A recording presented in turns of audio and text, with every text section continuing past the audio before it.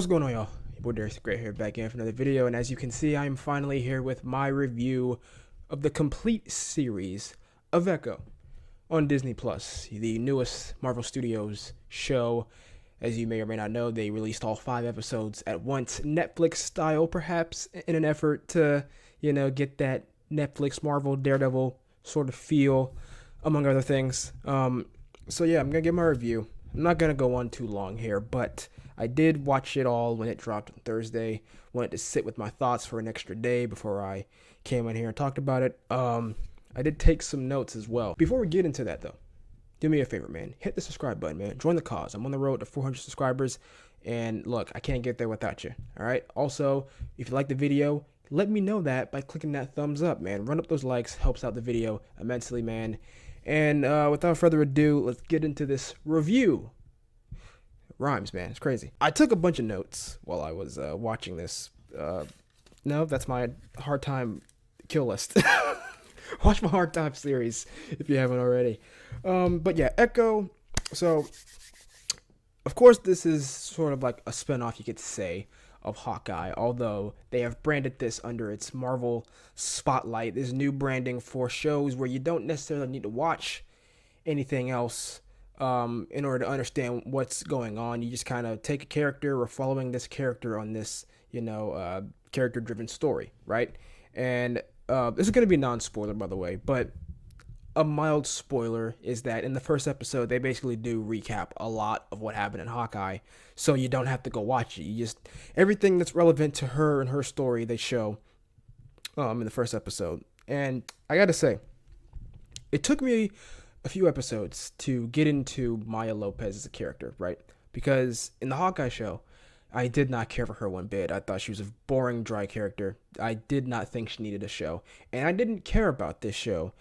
If you watched any of my trailer reactions, if you watched my reaction to the first trailer, the moment I saw that trailer and I saw that they were going TVMA, that they were basically evoking the spirit of the Netflix shows, I was like, all right, I'm in.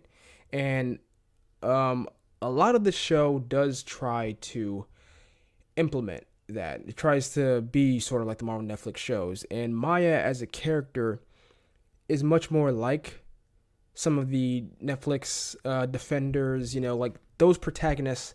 They're not perfect people, she's no Captain America, right? Like in this show, which is something we didn't get in the Hawkeye show. In the Hawkeye show, she was just, mean and mad and on a mission. But in this, we get a lot more nuance to where there are definite shades of gray, right? Like at times she does things where it's just like, do you not care about the people closest to you? Do you not care about the ramifications of your actions?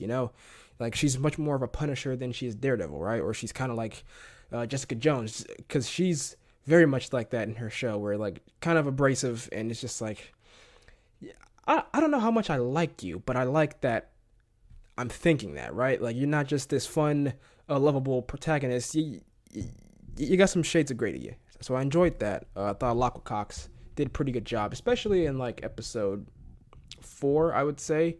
In episode 4, I really felt like, okay, now like I really care about this character.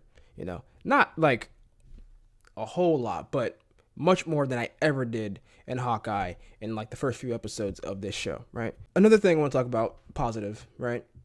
Wilson Fisk. Wilson Fisk, played once again by Vincent D'Onofrio. This was the Wilson Fisk that I was hoping would show up in Hawkeye when they first teased him at the end of, what was that, episode 5, right? This was the Netflix Kingpin. He was back in Netflix form.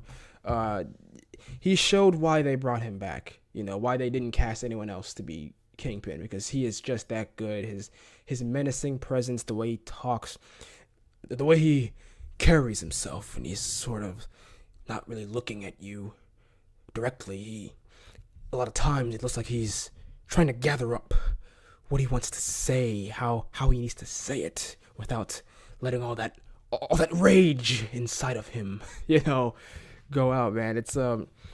It's really, God, it really reminded me of Daredevil a lot, man. He was great. I thought overall, as I'm looking at some of my notes here, right, some of the biggest highlights, apart from, Kingpin and whatnot, would be the Choctaw Nation, right? The Native American, culture that she's from. Much like Miss Marvel, they do a really good job at introducing you to that culture and making you, like, basically surrounding you with that culture. And it's because it's something that you're not familiar with. At least I was familiar with. I was like, wow, this is very cool just to see this all, be exposed to a different culture than my own, right? Or like, you kind of, I feel like, at least if you live in America, right? Like certain cultures you're around more than others, but the Native American, the indigenous cultures, definitely not one of them. And it's very well done, especially with the community of characters, the supporting cast. Again, like Miss Marvel, I feel like the supporting cast, the family around, Maya, is one of the stronger parts of the show. Like that's what I said about Miss Marvel. I said that the family stuff was better than any of the superhero powers, things going on. And it's very much the same in this show, right? So they definitely did that right. I gotta say though, I think my main gripe about this show is the pacing. The pacing, the editing, the overall feel of the show, in that you can tell it had its problems in production, mostly post-production, because we know that they reshot a lot of the series. We know that they originally were going for 8 episodes when they first thought of this, then they went down to the standard 6, then they're like, nah, let's go 5. And we had all the rumors and reports about how Marvel didn't really believe in it. They thought this was unreleasable, so it really felt like when you're watching this show, this has been put in a blender and this is what remains, right? This is what came out.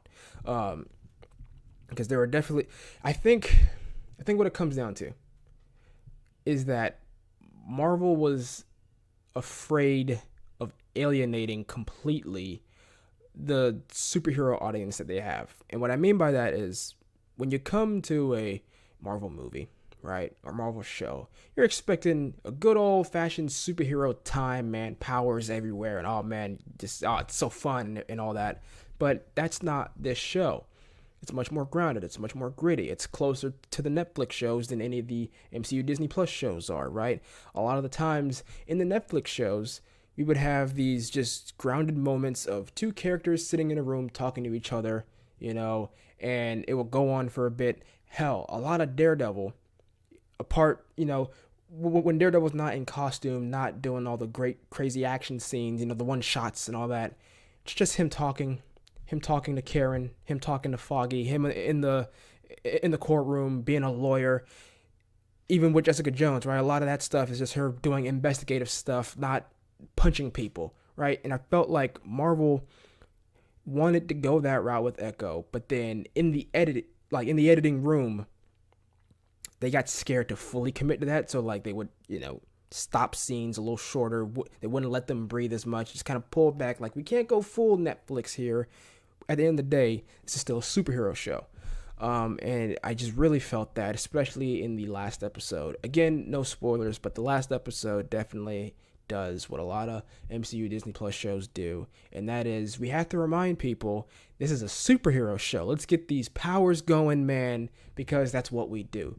Marvel is gonna marvel at the end of the day. They still haven't learned their lesson about their shows, man, and it's a shame. Similar to like Secret Invasion, that last episode, they just went overboard with the powers and the CGI, and I was just like, this was supposed to be, a gritty political spy thriller type of thing. It fell apart. But I will say though, Echo and what they did with, going back to Marvel, it didn't ruin the show like Secret Invasion did. It didn't go overboard. It was some eye rolling, just like, oh god, like you were so close. Had some of that, but it didn't ruin the entirety of the show, right? Especially because they didn't linger on it very long. Again, with the editing, they very much just like, all right, let's just move along. Let's keep going. God, they really screwed this thing over with the editing, man. It did. It was definitely more of a slow burn, and I know I've seen people say it's boring, and I know like the gut reaction when people say, oh, this is boring, the gut reaction a lot of people have is, oh, you just want, your popcorn flick. You just want to sit there, CGI and all that stuff. I don't think that's always the case, right? Because case in point, a movie like The Batman is a slow burn, right? It's got some action, yes, but a lot of it's just slow burn. A lot of it is just talking, your little Riddler puzzles and stuff. And that's damn near 3 hours. But then, right, I enjoy the Batman. I love the Batman. It is like my second favorite Batman movie of all time. But then you look at something like Dune, which is also slower paced, a lot more about just, characters sitting there talking and that stuff. I find it boring as hell. I don't like Dune, right? They're two different genres, of course, but like they're still very like slow movies where like the action is not the big, it's not the big selling point, right?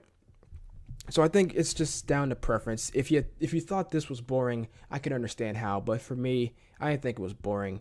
I thought it was really engaging, really interesting with the interpersonal dynamics of the characters. That was the biggest thing, man. Also the native culture. There's a lot of stuff in here about your ancestors, and your ancestors are with you and all that type of stuff. I enjoyed it. The action was at its best in the first episode. You may or may not have known that a certain fight goes down with another costume vigilante, right? I thought it was really good. The rest of the action, again, just kind of suffers from the edit a little bit, man. You can tell that they edited a lot of this in post to be TVMA, that it didn't intend to be TVMA, right? There's a lot of, CGI blood and stuff, and a lot of, okay, yeah, I can clearly see, that wasn't supposed to be the end result, but they, post-production, it's just, overall, I don't think the show is bad whatsoever. Not at all, right?